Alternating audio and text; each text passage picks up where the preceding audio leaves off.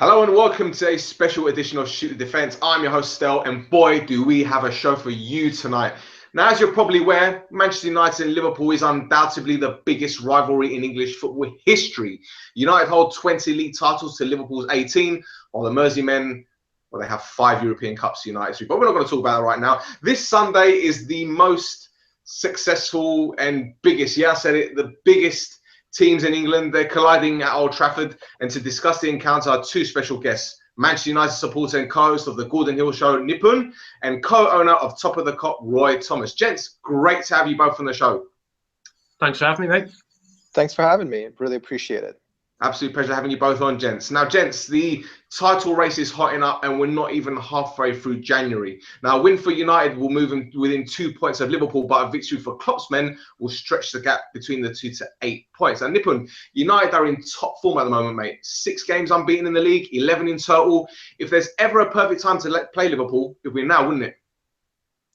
For sure. I mean, there's always that sort of analysis where we talk about how in games like this, form goes out of the window and all that garbage. I've never believed that. I mean, sure, passion comes through, but when you have a team playing well, obviously that team is at an advantage versus a team that is not playing as well.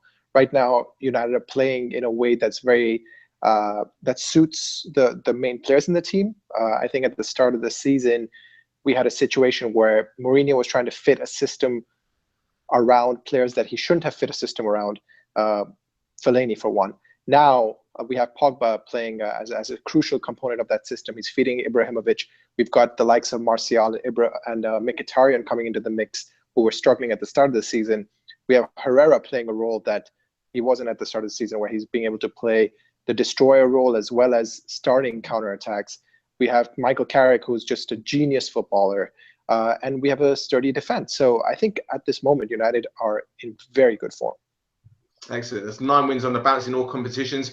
And incidentally, United were 9 points off 4th place in December. I mean, that's a fantastic, run of form that Mourinho has generated for the club. But Roy, the bookies have made United slight favourites. I know Liverpool have had a couple of poor results in the cup, but they're 6 unbeaten in the league. They're going to be well up for this one, aren't they, mate? Yeah, they're going to be up. They're going to be well up for it. But I'm just going to contradict everything that Poon's going to say there. I think when it comes down to local derbies like this, form does go out the window. Our last encounter shows that, United were in a bad place. Everyone written them off. We were at the time we were scoring 3-4 goals a game, just the result speaks for itself. So I kind of just feel, well, maybe it's me kind of hoping, because I must agree with you. United are in a terrific they're in some terrific form at the moment, and as you say, we're finding hard in front of goals. So maybe that's me grasping at straws a little bit, hoping that the form does go out the window. How did you feel after the last game, Roy? Because I mean, as you mentioned, you were scoring goals left, right, and centre. I think that was the first game that you guys hadn't scored a goal, and I think that was the first time you hadn't conceded a goal as well. Yeah, bittersweet. I suppose it's one of them. See, even in the past when you've played against, especially Mourinho team, if they're not, there's a big park the bus mentality that people talk about Mourinho and things. Well, especially when he was at Chelsea. So when you play him in your Mourinho side, it's going to be tough. And when we've played you in recent years as well, you've done it up front as well. So even though at the time United weren't in the greatest of form, and the players are still trying to find feet, new signings coming into the changing room, etc. Even at the time, I did not think it was going to be plain sailing, regardless of how many goals we were scoring. Because at the end of the day, it's Man United. You haven't won as many league titles as you have for throwing away big games. So if someone had asked me at the time, I probably would have took a draw there and then, even though I felt we might have had the edge going into the game. But same type of feeling this time round, really, even though we're not playing awful, but we're not as great as we could be. And United are in good form. I think it's going to be a really, really close game. And it is going to come down to a battle. Can Klopp overcome Mourinho's tactics, where Klopp's tactics in the last 2 or 3 games, we haven't been able to break down a Southampton or a Plymouth. So it's going to be touch and go. And I'm hoping that Napoon's wrong and form does go out the window, and it's complete. We're having a different conversation next week. Excellent. Well, look, if we're looking at the players available for both sides and possible lineups, Which areas of the pitch do you guys think Mourinho and Klopp will hope to exploit? Nipun, you start off first, mate. I think the key battles. So let me combine that answer before I split it apart. So I think for both managers will be looking at fullbacks. I think this game will be won in the wider areas.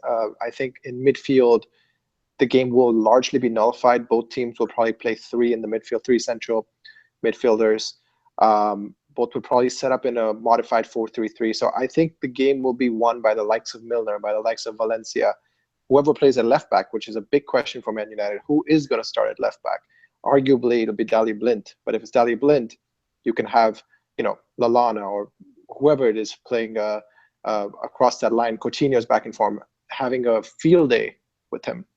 Similarly, Milner has proven to be one of the better players of the season. But I think Milner is still very susceptible to the run inside the fullback, which would make Mkhitaryan incredibly dangerous against Milner. So for me, for both managers, they'll be focusing on the fullback.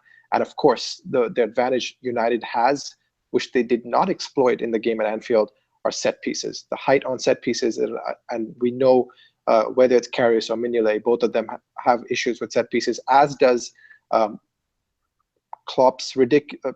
By the way, Klopp is my favorite manager in the Premier League, by the way, which is insane to say as a Man United supporter. But I think Klopp is unfortunately been very susceptible to poor decisions in terms of defensive set pieces for a year now, all year, since he took over last, whenever it was, December, January last year. He has consistently made mistakes in how he sets up marking in the box on set pieces. So for me, fullbacks, set pieces. Fantastic. Well, the likes of Matip, I don't know if Matip's going to play, but he's improved that defense. No question about that. The only thing is, it's the goalkeeping situation. Karius saved them a lot against Southampton. The game could have been over. The tie could have been over. But to be fair on the guy, he's new to the Premier League. We've seen David De Gea receive so much, bad treatment when he first came to the Premier League. And look how well he's turned out. But Roy, what do you reckon? What are United's weaknesses, and what do you think Liverpool will do to beat them?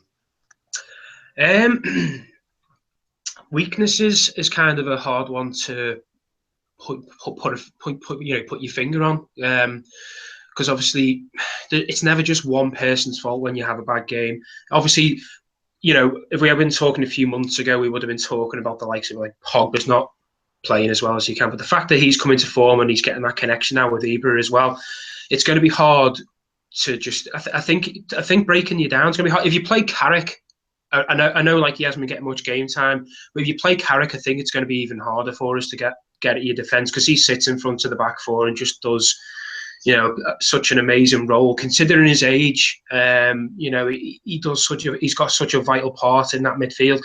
If Mourinho goes for all his big summer signings, then maybe we might get a bit of joy in behind the centre mids and just in front of the back four, because that's where we can be deadly with Lallana if he can pick up a few spaces there. So, as you'll probably know, when Mata gets into those roles where he just sits in sit in front of the back four, but he's a head defender, he can be lethal there. So I think maybe that'll be where we could probably expose yourselves. I don't think down the wings we'll be terrifying, because one, Mane's gone to the African Cup of Nations, Coutinho's come back from injury, so he's not going to be lightning fast. And I think he will go for Sturridge over Origi. So if that's the case, that means Coutinho will be starting left. Lallana will probably be playing right, and Firmino will probably be playing in behind Sturridge. It won't be far off that anyway. So I think if we're going to have any joy, it's going to be just in behind, your central midfielders, really. That's a fair point, because what I've noticed about United, Nipun, correct me if I'm wrong here, but what I've noticed about United is that when they come across teams that have got pace and movement up top, like interchangeable forwards, like as you said before with Origi and Sturridge and Lallana, United tend to struggle. And it's any back four combination of United. It's not Chris Smalling with Rojo. It's not Rojo with Jones. It's a combination of any four. And I think that's where Liverpool can get at United. Granted, Mane is a huge loss to them, because I feel he's one of the players of the season. Costa's been fantastic for Chelsea, all these other footballers. But I think Mane has been, for me, the signing of the season, honestly. He's been good for us, and we will miss him. But I think with Coutinho being out, you can see that we didn't miss him as much as you'd probably have thought. So with him coming back in, it's not actually him that I'm worried about. Our central midfield, since we've lost Henderson through injury, which by the sounds of what I've heard today, as long as he goes through training unscathed this week, there's a chance he's going to start. So we've missed the link-up play between the defence and the attack. Emre Can and Wijnaldum, they're not leaders of the midfield. For me, when you look at Wijnaldum, he's been good alongside Henderson, a leader. A bit like the way a midfielder with Gerrard years ago used to look good next to Steven Gerrard, because Gerrard used to do the box, the dropping in. I think if, from a Liverpool point of view, you'll ask a lot of Liverpool fans, Jordan Henderson this season has been phenomenal. Even for England, he stepped up. There's going to be a tough choice for Gareth Southgate when it comes to managing. That's another topic we could talk about, Rooney or Henderson, but he's actually stepped up to the plate. So I think it's him that we've missed more in the last few games than anyone, because I've just noticed Can and Wijnaldum are not linking up the play as what they should be doing. And if Henderson does play, that's going to stop the likes of Mata getting in front of the back four as well. So, if he's the one I'm missing more than Mane at the moment, just for the simple reason we have got enough players in Mane's position to cope with. It's just centrally we're struggling a bit. Well, before we move on, talk to us about Emre Can, because I've seen him play a few times for Liverpool this season, and as good as a footballer he is, I question his temperament. Now, in a game like this, you need a cool head. There's going to be it's going to be high intensity. The fans are obviously going to be on his back. As I say, he's got a short fuse. You've got someone like Paul Pogba, who every now and again, he'll try a little trick. If he nutmegs him once, he might rile him up. I don't know. Do you think he could be possibly a liability for Liverpool if he plays on Sunday? I'm not worried about him getting sent off. I'm more worried about him going missing. Right. When you talk about Emre Can, there's a lot of people at the moment will have a vocal, be very vocal about Emre Can. Some will say he shouldn't be starting. Some will say at least he's putting the efforts in. But it's just something's not clicking with him. I don't know if it's a confidence thing. I think he needs like Henderson alongside him, but I don't like him in the advanced role. So if he's going to play and Henderson's not going to play, for instance, I'd like to see him sitting deep. He can chase back. He is strong on the ball. So I'm more worried about his passes and his challenges, because that's what he struggled with against Southampton. So I'm more worried about that. Temperament-wise, I think he can handle it. I think Millie can put an arm around him as well. Or, as for any player, I wouldn't say he's a liability. I know what you mean by his fuse. He's very vocal, but I wouldn't say he's a liability where he's going to get sent off or nothing like that, to be honest. But you watch, you'll get a red card in the first 10 minutes. Heard it here first. So which player or players do you guys fear from the opposing teams? For me, obviously, Coutinho. I think he's a special footballer. I actually think Can, while you guys are talking about it, I was wondering if Can will actually be deployed as man marking Pogba, and that would become an important battle because Pogba so far, except for the Chelsea game and the Man City game, has been the best player in the midfield, regardless of who he's played against. So Can being man marking Pogba might become an important area. Other people I worry about, I genuinely worry about Milner. I think Milner, even though I said that's an area that Mourinho will look to exploit, I think Milner going forward, getting to the byline is a genuine concern for any defense. That's how good he's been, which is insane to think about. This guy who's played every position on the pitch during his time, at various clubs, including Leeds and Man City, etc. So, right now at left back, he's an area that I would worry about. But the biggest players, Coutinho, and last person, of course, is Sturridge, because Sturridge, I still, even as a Wayne Rooney supporter, I think Sturridge is the most talented English footballer around right now. On his day, he's simply unplayable. Just no one can keep up with him. Just so unpredictable, skillful, fast, great first touch, can finish from anywhere in the box. So an informed Sturridge is also a concern. Funny thing is, this time last year, I was talking to Rowan Ricketts about this, and we both agreed that on their day, Daniel Sturridge is a better striker than Harry Kane. And I still stand when Daniel Sturridge, we saw that season, he scored 28 goals, something ridiculous in the league. It's unbelievable. Yeah. Yeah, he's fast as well. He can get the ball out of his feet quick. Where Harry Kane's just got, I suppose, a better work ethic about him at the moment. So that's and he stays fit more than 3 games in a row. So yeah, true. But that's probably what you could say. Well, Sturridge of his work ethic was just that little bit higher, like it used to be a few seasons ago. That as you say, he's probably one of the best strikers in England. Absolutely. And Roy, who do you fear? Which United player are you looking on that team sheet? You think you'll be a problem? Obviously De Gea. He can be a game changer. If like if you look at your players on paper, I know you've got Ibra and Pogba, but if it was a bit of a big club was to come over and look at the talent in the Premier League, De Gea is one of the first players that are going to be picked up. He can make or break a game. He can be. We've tested him. We know he's one of the best in the world. He's definitely top, 5, maybe top 3. Even being, I'm not going to say he's the best because that would be wrong of me as a Liverpool supporter. But no, De Gea. Ibra just for his strength and the fact, Matip's possibly not starting, so it's going to be Lovren and Klavan. So I think he can bully the pair of them and probably get something out of it. So we've got to be. They've got those two cannot have any slip ups at all on Sunday. And as you say, Pogba's obviously picking up, he's in form, he's picking up in areas, he's playing clever through balls over the top, exploiting, Ibra's height. So they're probably the main 3 for exploiting our chances, I suppose. But, there's class all over the pitch from both teams, so wouldn't like to concentrate on any one person. Agreed. Now, since we've been all amicable and diplomatic, what does this rivalry, what does it mean to you guys? Okay, I'll go first.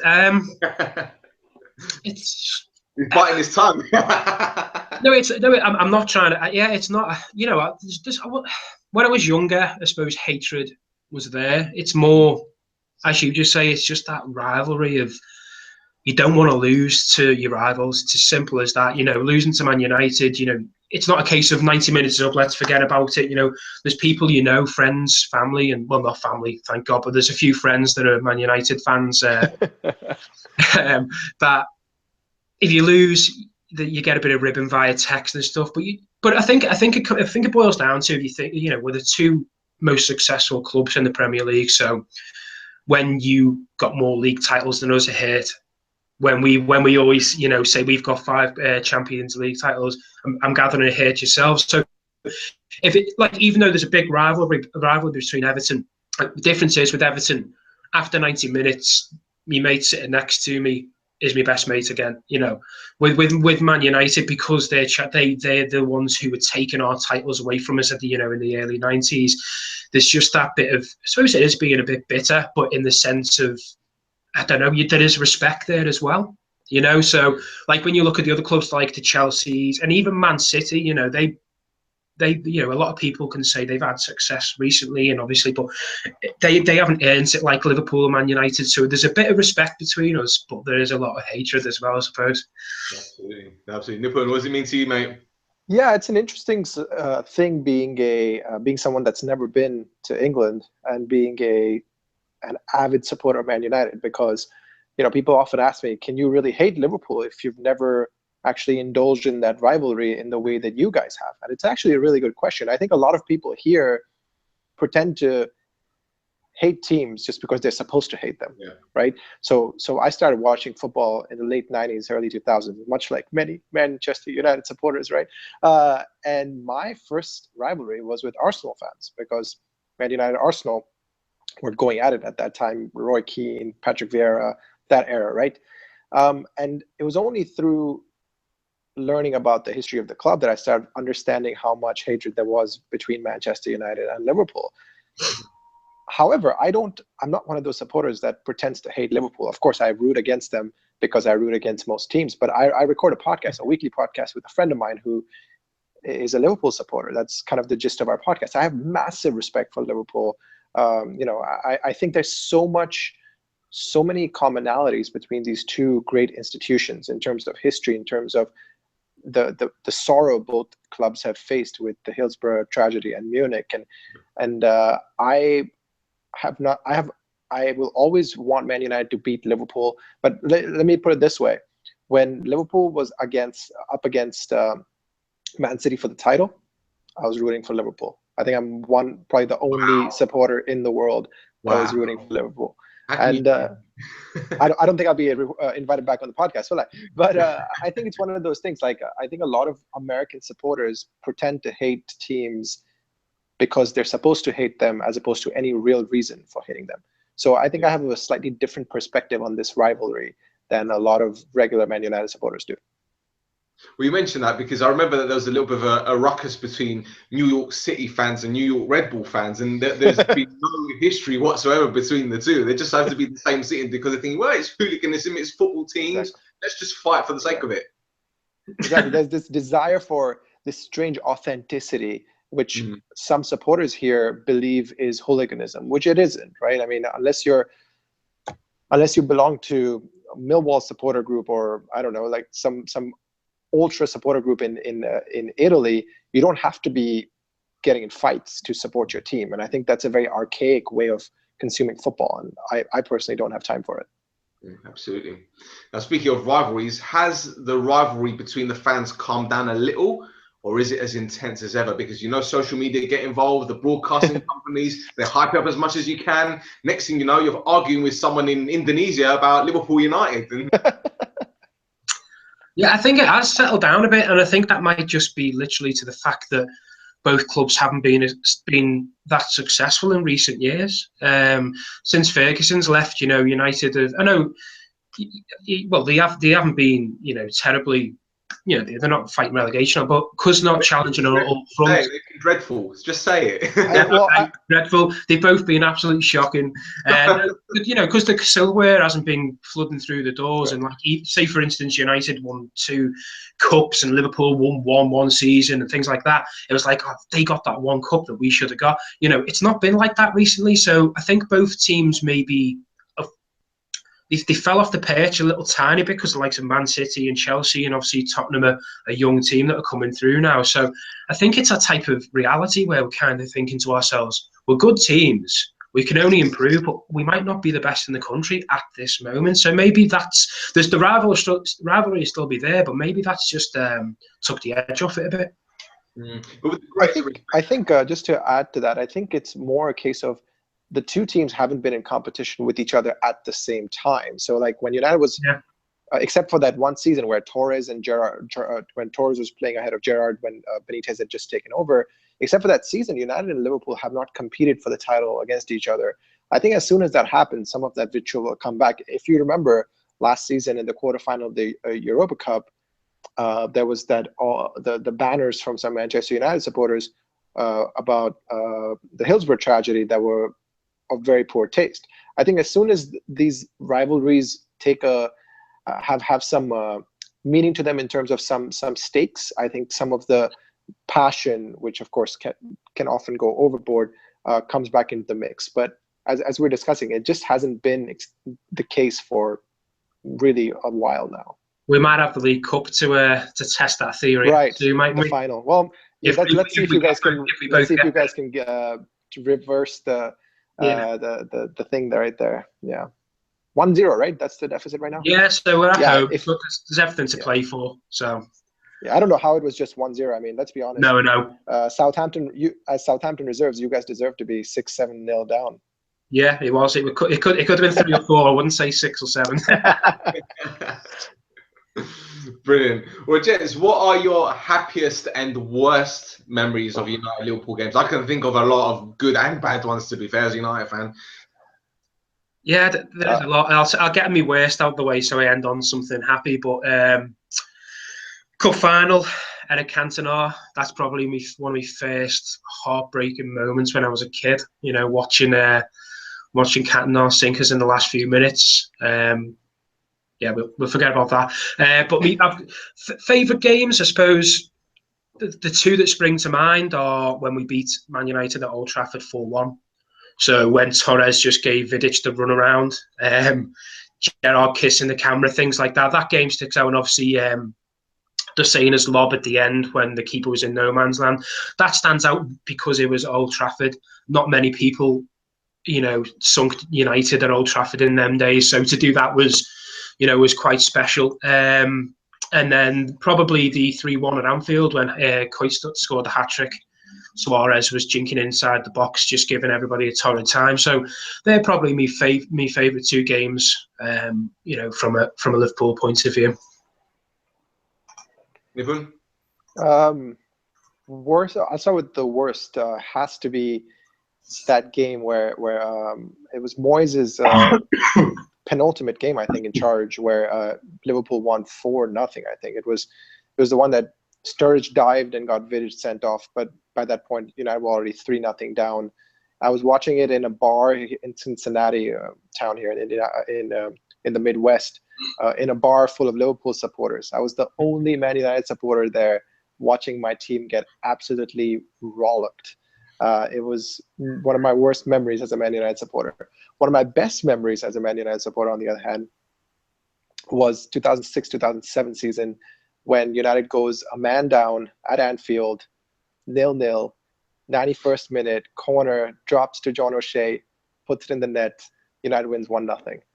That was just insane. United had been absolutely battered that day, had no business winning, but it was just Fergie. It's just the effect of Fergie.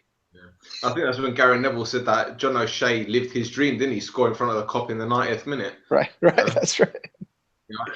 And Roy, I remember that anybody's dream to score in front of the Kop, mate, no matter what team you play for. Pulled into that one, yeah. I remember that 4-1, Roy, because I was at that game, and it was a 4.5 hour drive home, and it was silence. Because Aurelio scored a cracking free kick as well, didn't he? Right. Yeah, he did. Yeah, it was good. Yeah, well, that's it. The 4 goals we scored were all really good goals. So. Yeah. I think that's probably, you don't beat Man United, at home for. I could think of so many losses against Liverpool. There was the consecutive ones where Danny Murphy scored the winning goal in both of them. There was the recent strike. Was that 3-1 or 3-0? I can't remember. But yeah, these games. But then I can reverse it and say, well, there was the Diego Forlan game. The one where Carragher the Berbatov game, yeah. That was when we had Dudek in goal, wasn't it? Yeah, Jersey Dudek. Yeah. So listen, we can talk about Tottenham and Arsenal, where they have their 4-4s and their 5-4s, but for me, it will always be United versus Liverpool, or Liverpool versus United. That is the biggest game in England for me, hands down. Well, the fact that we've named so many fixtures off the top of our heads there just goes to show how many games have been quite iconic for people all around the world. So, one of the biggest fixtures in the world. So, bring it on. And wasn't it the first Premier League game between United and Liverpool? It was Ian Rush's first ever goal at Old Trafford. Couldn't tell you. I'm not old enough to know that. I was just to say, no, I don't know. Not too sure. Fair enough. That's one for our viewers and listeners. Okay, right. Let's wrap up the show. Predictions. What's the score going to be? What's the result going to be? Who's going to walk away with 3 points or a point? Me, yeah. Well, depending on the lineup, I think if Coutinho and Henderson both start, I think we'll have a chance, because then midfield will be a bit surer in midfield with Wijnaldum and Henderson. Coutinho obviously brings what he brings. So if that is the case and we've got those better players on the pitch, I think it could be very, very close. But it's going to be close. It's going to be 0-0, 1-1, or 1-0. It's going to be very, very. It's going to be a little bit. I'd like to nick a 1-0 or a 2-1 if I'm being hopeful. There you go. I'm always a pessimistic fan when it comes to predictions. Yeah.